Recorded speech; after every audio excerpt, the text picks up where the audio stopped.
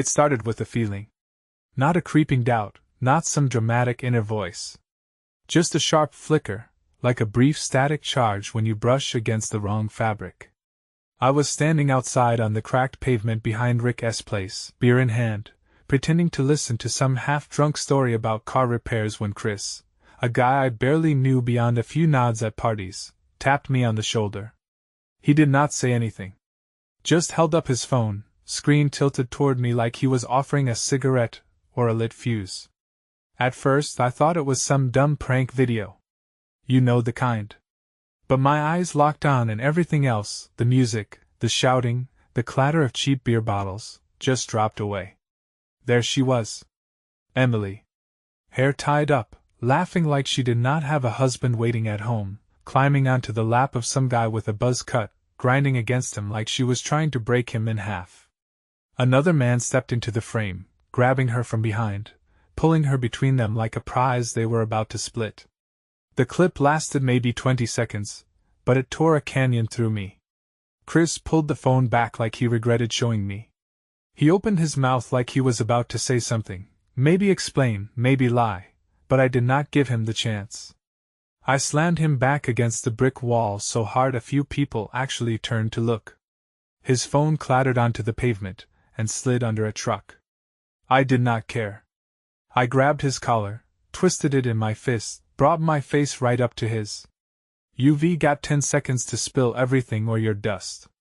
The words came out low, almost calm, but the way his eyes widened told me he heard the threat underneath. He swallowed hard, looked around like he was hoping someone would save him, but nobody moved. Not one of his buddies. Not even mine. That's how quick people step back when things get real. Chris spilled. More than I expected. The video was from 2 weeks ago at some private party out by Lake Monroe thrown by a guy named Dalton, some sleazebag realtor with a lake house and no morals. Emily was not just there. She was a regular. Every girl's night for the past 3 months had been a front for these little getaways. These parties where everyone dropped their wedding rings in the glove box and pretended life was one big sweaty carnival ride. Chris was not done. He told me she was not just hanging out either. He said she was the main attraction sometimes. He said guys would actually ask if Emily was coming before they RSVP'd. I let him go. Not because I felt merciful. Because if I had not, I would have done something that would have gotten me locked up. The drive home is a blur. I do not remember turning the key in the ignition. Do not remember red lights or street signs. Just the hard, cold image burned into my brain. Emily between two strangers laughing like the woman I thought I knew had never even existed. I did not storm into the house. I did not kick the door off the hinges. I walked in quiet, controlled like a man stepping into a burning building knowing full well it was already too late to save anything. And there she was. Curled up on the couch wearing my hoodie like some sick joke, scrolling through her phone with a glass of wine half empty next to her. She looked up, smiled lazily like she had not a care in the world. I stood there watching her, feeling something inside me snap so cleanly it almost felt like relief. She blinked at me, all fake innocence, and said, "You home early?" I did not answer. I just watched her, and the weight of what was about to happen filled the room so thick it almost crackled. And then I said her name. Just once. Emily. That. Heavy. And she must have seen something in my face because her whole posture shifted. She straightened up a little, her thumb frozen halfway to the screen. A flicker of something, fear maybe or calculation, passed over her features. I walked closer, pulled a chair out from the dining table with a sharp scrape across the floor, and sat down across from her like we were about to negotiate a hostage release. But there was no negotiation because the only hostage was me. When I was already dead, the silence stretched out between us longer and heavier with each second. She set her phone down carefully like she was afraid any sudden move might set something off. Smart girl. Too late. I leaned forward just enough for her to hear me clearly. "Where were you 2 weeks ago?" I asked, her forehead crinkled in that fake confused way she always used when trying to buy time. Like I had not watched her turn herself into a prop between two strangers on a cheap phone video. "At Rachel," as she said after a beat, her voice perfectly steady. "Why not?" You know, I almost laughed. I really almost did. She did not even flinch. She threw that lie straight at me with the same ease you'd toss laundry into a basket. Lazy practiced. I pulled out my own phone. Opened the text thread I'd had with Rachel earlier that day. Scrolled until I found it. Held it up for Emily to see. Rachel says she has not seen you in over a month. Try again. Her eyes narrowed just slightly, but it was enough. Enough to show she realized this was not a misunderstanding she could sweet-talk her way out of. I do not know why Rachel would say that, she said with a shrug. Maybe she is jealous. She has always been weird about you and me. That when it hit me, she was not panicking because she thought she could fix this. She was panicking because she did not respect me enough to even try. I stood up slowly. Her eyes followed me, calculating, not pleading. No apology. No regret. Just a woman running mental chess moves, deciding how much truth she could afford to leak without losing her position. So I made it easy. I told her about the video. Every detail. Who showed it to me? What I saw. I laid it out one brutal slice at a time. And as I spoke, I watched her switch strategies midstream. She stopped pretending to be confused. Dropped the dumb lies. Smirked, actually smirked, and leaned back on the couch like she was the one holding all the cards. And then she said it? And? She was not a medal for figuring it out. It hit me harder than the video. Harder than seeing her with those strangers. That one line, that careless tone, told me everything I needed to know about the woman I had built my life around. "You're disgusting," I said, but it came out too quiet, too hollow. She'd already drained the anger out of me with that one look. She stood up, walked past me like I was a piece of furniture, and poured herself another glass of wine. I just watched her, this stranger in my house in my hoodie, drinking my wine, living in a version of our life where I was nothing more than a background extra. "You think you're so perfect, Matt," she said over her shoulder. "You think just because you pay the bills and do not cheat that you're some prize? Please. You're boring. You're furniture. You were lucky I stuck around this long." She sipped her wine and smiled like she just delivered the punchline of a great joke. And that's when the real understanding sank in. She was not sorry. She did not regret it. She thought she was entitled to it. Every lie, every betrayal, every night I stayed home waiting for her in her mind. It was all justified. I was not exciting enough. I was not living enough. I had turned into a guy who built a life for us when what she wanted was a life where she could burn everything down without consequences. I did not say another word. I just walked out the front door, leaving it wide open behind me. She did not call after me. She did not chase me. She did not even look up. That's what I knew. This was not a marriage anymore. It was a tomb. When I was done burying myself inside it, I did not drive anywhere. I just walked past the cracked sidewalks and hollowed-out storefronts, past the places where we used to make stupid memories I thought actually meant something. My mind was not racing. It was cold, deliberate, cutting through every lie she'd ever fed me like a scalpel. Somewhere after midnight, my phone buzzed. It was a text from Emily. 3 words. "Come home. Now." No apology. No explanation. No regret. Just a demand, like she still had any kind of pull. I stared at the screen until the words blurred. Then I turned the phone off, shoved it into my jacket pocket, and kept walking. I did not owe her a damn thing anymore. I spent the night at Jake's place. He did not ask questions. Just handed me a blanket and a beer and went back to his game like he already knew this was bigger than anything words could patch. The next morning I drove back to the house, not because I wanted to but because I needed to end it properly. I tried to tie the noose around the memories before they started whispering to me. The front door was locked. I had to ring the bell like some visitor. When she opened it, she looked completely different. No hoodie, no wine glass. Full makeup, tight little black dress, heels, the whole performance. Like she was trying to rewrite reality by sheer force of outfit. I pushed past her without a word. Walked straight into the house, grabbed a duffel bag from the closet, and started packing my essentials. She followed me, arms crossed, watching like I was the one in the wrong. You really gonna throw everything away over one stupid mistake? She said, voice high and brittle. One mistake? I zipped the bag shut so violently she actually jumped. You humiliated me. Lied to me. You chose this. I did not choose anything, she spat. I just needed to feel alive again. You would not understand. There it was again. The entitlement. The belief that her boredom was somehow my fault. But wrecking our marriage was not betrayal, it was self-care. I walked past her to grab my jacket. She grabbed my arm, nails digging into my skin. You think you're gonna find someone better? She hissed. You're a safe bet, Matt. That's all you'll ever be. I peeled her hand off me slowly, finger by finger. I do not want someone better, I said quietly. I want someone real. For a second, just a flicker, something broke through the smugness. Something almost like fear. But then it was gone, buried under another sneer. Good luck with that, she said, stepping back like she could not stand the sight of me. I should have just walked out then. Should have ended it clean. But something in me needed her to see it was over. So I took off my wedding ring right there in front of her. Dropped it onto the coffee table with a small, deliberate clink that echoed through the whole silent house. She did not cry. She did not scream.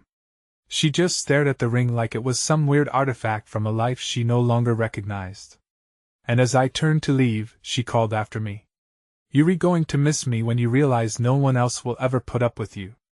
I paused at the doorway, let her words hang there, limp and pathetic. Then, without looking back, I said the last thing I would ever say to her. No, I'll thank you. And I stepped outside into the cold morning air. My breath sharp in my lungs. My hands empty but lighter than they'd felt in years. I was not broken. I was free. 2 days later, I was sitting in Jake's guest room, staring at the ceiling. When the first real shock came, it was not a text. It was not a voicemail. It was a picture. A picture sent from an unknown number. Emily, sitting on a guy's lap at a bar I did not recognize. Her hand wrapped around his neck, whispering into his ear. His hands planted firmly on her thighs. Both of them laughing like they'd already forgotten the world existed outside their little orbit. Underneath the photo, one line, thought you should know what you're missing. I did not respond. Did not need to. The intent was clear. She was not just moving on. She was trying to draw blood. Jake came into the room a few minutes later, tossing me a beer without asking. He did not say anything at first. I sat down on the floor back against the bed. She asked, spiraling. Man, he finally said, she asked, trying to bait you. I knew it. Every part of me knew it. But knowing it did not stop the punch in the gut. It was not about love. It was not about regret. It was about control. About being the one who still got to write the ending even after everything she burned to the ground. Later that night, it escalated. Another text. This time from her number.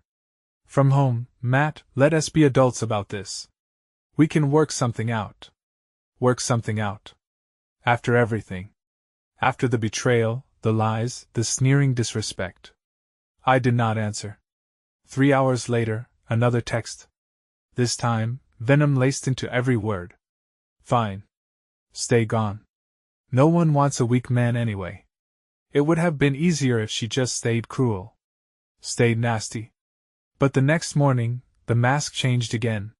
She sent a voice message. Her voice was trembling. Soft. Broken.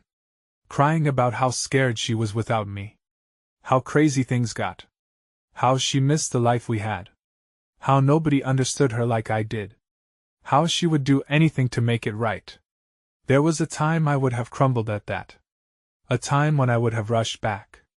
Desperate to patch the holes she ripped open. But not anymore. I sat there and listened to her voice crack and splinter and felt nothing. No hatred. No pity. Just a dull, empty disgust. Because now I saw it for what it was. Another move on the board. Another cheap, desperate tactic to pull me back under. And she was not done yet. By noon, she sent a screenshot of a lawyer's letter. Apparently, now she wanted to talk about joint assets, division of property, amicable dissolution, translation. She realized she could not hold me emotionally anymore. So now she wanted to squeeze what she could financially. Jake looked over the letter. His face twisted into a mix of amusement and rage. "She's treating you like an enemy now," he said. I nodded. She always did. I just refused to see it. That night, I made a decision. I was not going to let her set the rules. I was not going to let her pull the strings. She'll trip me, threaten me, or bleed me dry. This was not going to end with a slow whimper and handshakes in a lawyer's office. It was going to end my way. Clean. Brutal. Final. No more games. No more mercy. I spent the next morning building the plan. Not revenge. I was not wasting energy on that. I wanted something better. Closure so absolute that she could not twist it. Could not drag it out. Could not repaint herself as anything other than what she was. I called my lawyer first. Not some bargain bin family friend, either a real shark. Mr. Harlan, known around town for tearing people apart in courtrooms like it was a sport. I did not even bother explaining the whole story. I just told him clean and simple. I want out. Fast. With everything I can legally keep. And I want her nowhere near me after it's done. He chuckled once. Cold sound. We can make that happen, he said. By the afternoon, he had papers drafted. No alimony, no financial support, a clean split of assets that left her with exactly what she walked in with, next to nothing. All I had to do was serve her. That night, Jake helped me pack up what was still mine at the house. Emily was not there. Probably outlining up her next mistake. Good. I did not want another performance from her. No more crying on cue. No more half-baked apologies. No more begging for second, third, fourth chances she did not even want, just the appearance of redemption so she could sleep easier.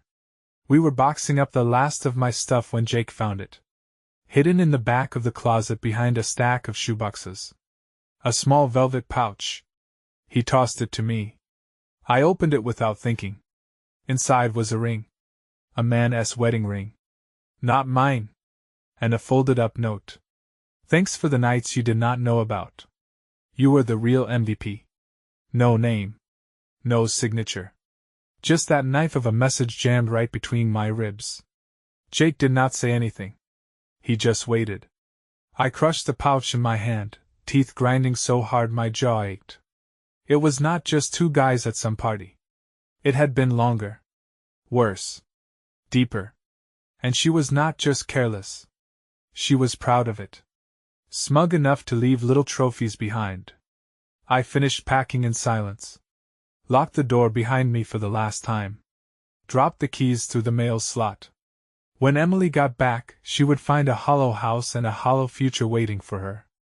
And the next morning, the process server would knock on her door and hand her reality, neat and non-negotiable. I did not text her. I did not warn her. She did not deserve that kind of courtesy. Instead, I went back to Jake's place, cracked open a beer and waited for the explosion. It did not take long. At exactly 11:43 a.m. the next day, my phone buzzed. 15 missed calls. 8 furious texts. All caps. All rage. All threats about how she would ruin me, destroy me, make me pay. Jake read the messages over my shoulder and laughed once, low and sharp. She's scared, he said. She has never been on the side of the fire before. I knew he was right. She was not angry because I hurt her. She was angry because I stopped letting her hurt me. And that for someone like Emily was the real betrayal. The real fireworks started that night. Around 9 p.m. Jake's doorbell rang. Hard. Insistent. Whoever was on the other side thought pounding harder might erase reality. Jake opened the door, a crack, saw who it was and stepped back without a word. Emily stood there, wild-eyed, mascara streaked, wearing that same black dress she had on the last time I saw her, But now it looked desperate instead of dangerous. Her arms were folded tight across her chest like she could physically hold herself together if she squeezed hard enough. I did not move from the couch. Just looked at her. She did not step inside. Just glared at me through the crack of the door, all teeth and poison. "You really doing this?" she spat. "After everything we had?" I did not answer. Did not blink. "You think you gonna just erase me? Like I was some mistake you made?" Still nothing. Her hands curled into fists. She took a step forward, but Jake shifted slightly, blocking the door like a bouncer. "You lied to me for months," I said, my voice even. "You made me a joke at parties I was not even invited to." She actually had the nerve to roll her eyes. "It was not that serious, Matt. It was just fun. You act like I murdered someone." I stared at her, feeling the last threads of pity snap and rot away inside me. "You murdered us," I said. She laughed. Actually laughed this sharp, hollow sound that scraped against the walls. "God, you so dramatic," she said, flipping her hair over her shoulder. "You always made everything bigger than it was. That's why I needed other people. You suffocated me." Jake stepped in then, his voice low, but final.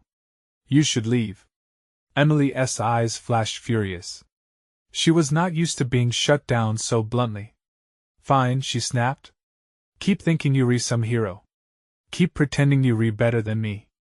Then she leaned in, her voice dropping to a venomous whisper. "You'll end up alone. Because deep down, you nothing without me." She turned on her heel and stormed off into the night, heels cracking against the driveway like gunshots. Jake locked the door behind her, double-bolted it for good measure. We sat in silence for a long time. Finally Jake said, "She does not hate you. She hates that she lost her favorite toy." I did not respond. I did not need to. Because for the first time in what felt like forever, the weight of her was not pressing down on me anymore. I was not her project. I was not her fallback. I was not hers at all. The divorce papers were already in motion. The damage was already done. Now it was just a matter of watching her unravel without me to catch her when she fell. And I would watch. From a distance, without a shred of guilt, because she made her choices. And now she would live inside them. Alone. 2 days after the showdown at Jake's door, the real games began. I was coming back from work, walking up the steps to Jake's house when I noticed something strange. A box sitting right on the porch. No label. No address. Jake was not home yet. It was just me. I nudged the box with my boot. It was light, but something inside shifted when I moved it. Just my better judgment, I picked it up and opened the top. Inside were photos. Hundreds of them. Me and Emily. Vacations. Birthdays. Random Tuesday nights sitting on the couch. Arms wrapped around each other like the world outside did not exist. Mixed in were little notes, her handwriting, unmistakable. Things like, "Remember when you said we'd grow old together? You promised you'd never give up on me. You making the biggest mistake of your life." It was not sentimental. It was not nostalgic. It was a threat. A reminder. Look how much time you wasted. Look what you throwing away.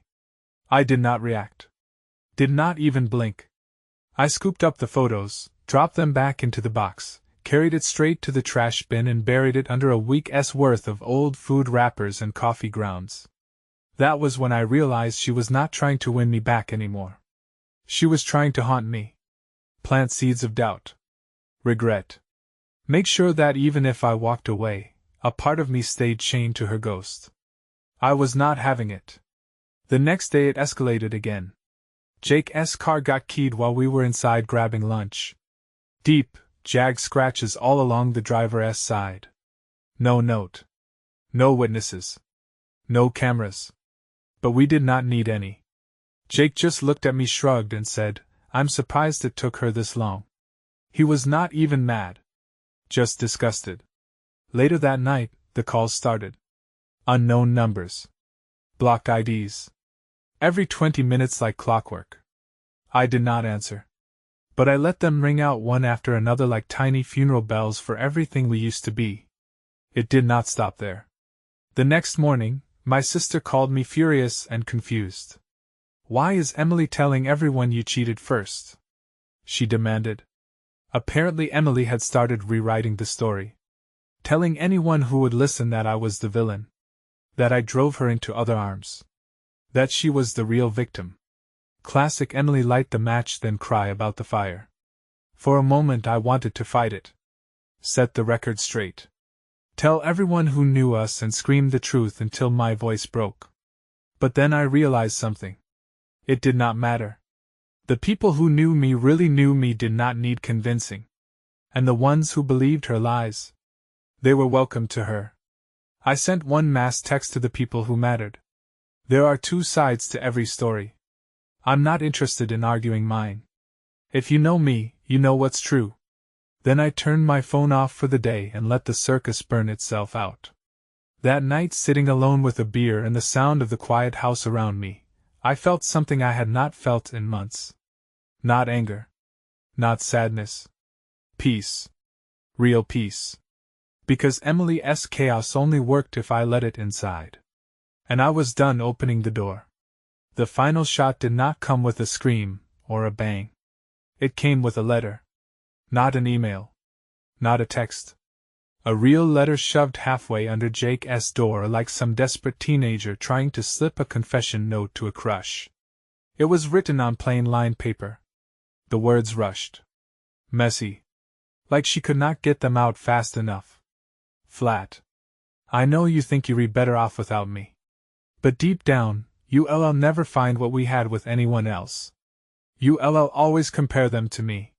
You'll always wonder what if. You can run, but you'll never outrun me. We retied together whether you like it or not. There was no signature. None needed.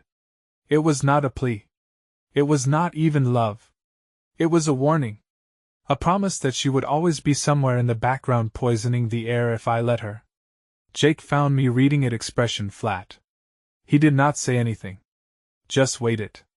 I folded the letter once, twice, and tossed it into the fireplace without a second thought. The flames curled around the paper hungrily, devouring her last words until there was nothing left but ash. Jake watched it burn, then finally said, "She's lost without you. And instead of fixing herself, she wants to drag you down with her." I nodded. Because that's exactly what it was. Emily did not want me back. She wanted to make sure if she was sinking or drowned too. I spent the next few days tightening every loose end. Finalized the divorce filings. Switched banks. Blocked every number I had to. Changed locks on my new place. No warning. No explanation. Just walls going up, strong and high where she could not claw her way back through. I heard through mutual friends that she tried to bump into me a few times, places she knew I used to go. Bars. Coffee shops. Even my old gym. I did not show up. Not once. Every desperate move she made was like a flare in the night sky, a signal screaming. Look at me. See me. Do not forget me. But I already had. Because the real ending was not about paperwork, or property, or screaming matches at midnight. It was this. Her kiss no longer reached me. Her voice no longer mattered. Her memory was just a scar, clean, healed, painless when I touched it. The last move was mine. And I chose silence. I chose distance. I chose myself. In the weeks after the final letter burned to ash, something unexpected happened. I started forgetting. Not in big cinematic ways. Not waking up one morning magically healed. It was smaller. Quieter. I would drive past places we used to go, and instead of that familiar knife in my chest, there was just nothing. A blank. Like a wall where memories used to be. The nights stopped feeling heavy. The mornings stopped feeling like a chore. I was not better. I was not worse. I was simply untethered. She tried a few last pathetic moves, fake social media accounts, sending me friendly messages, mutual friends awkwardly asking if maybe I should just hear her out one more time. I did not answer any of them. Emily was still trapped in the burning wreckage she built, screaming for someone to pull her out. But I was not her firefighter anymore. One night, Jake and I sat out on his back porch, a few beers deep, staring at the stars, either of us saying much. He broke the silence first. You ever think about how close you were to staying? I did not answer right away. I thought about it, turning the question over in my mind like a smooth stone. Yeah, I finally said, every day. Jake took a long drink. And I smiled. Not the bitter kind I used to wear like armor. A real one. And I'm glad I did not. Because if I had stayed, if I had accepted her lies, her disrespect, her games, I would have disappeared piece by piece, day by day, until there was nothing left but a hollow version of the man I used to be. And for what? A woman who laughed in my face when she was caught. A woman who looked at loyalty like it was weakness. A woman who believed love was just a weapon you held against someone's throat when you wanted something. No, she could keep the ashes. I would build something new from the dirt. I was not naive anymore. I knew there were worse betrayals out there.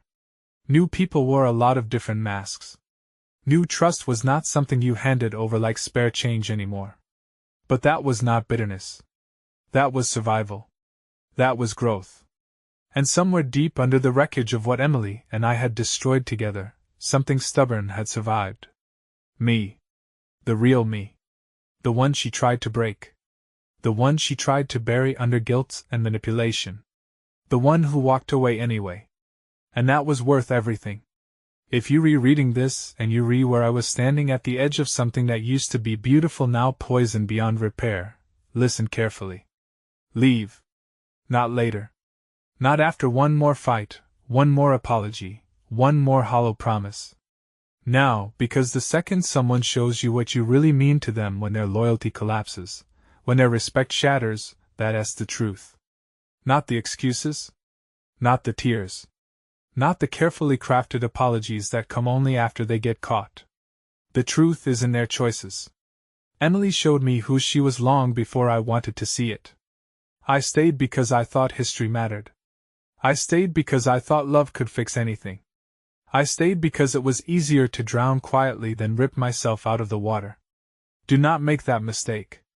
Love is not enough without respect. Memories are not enough without loyalty.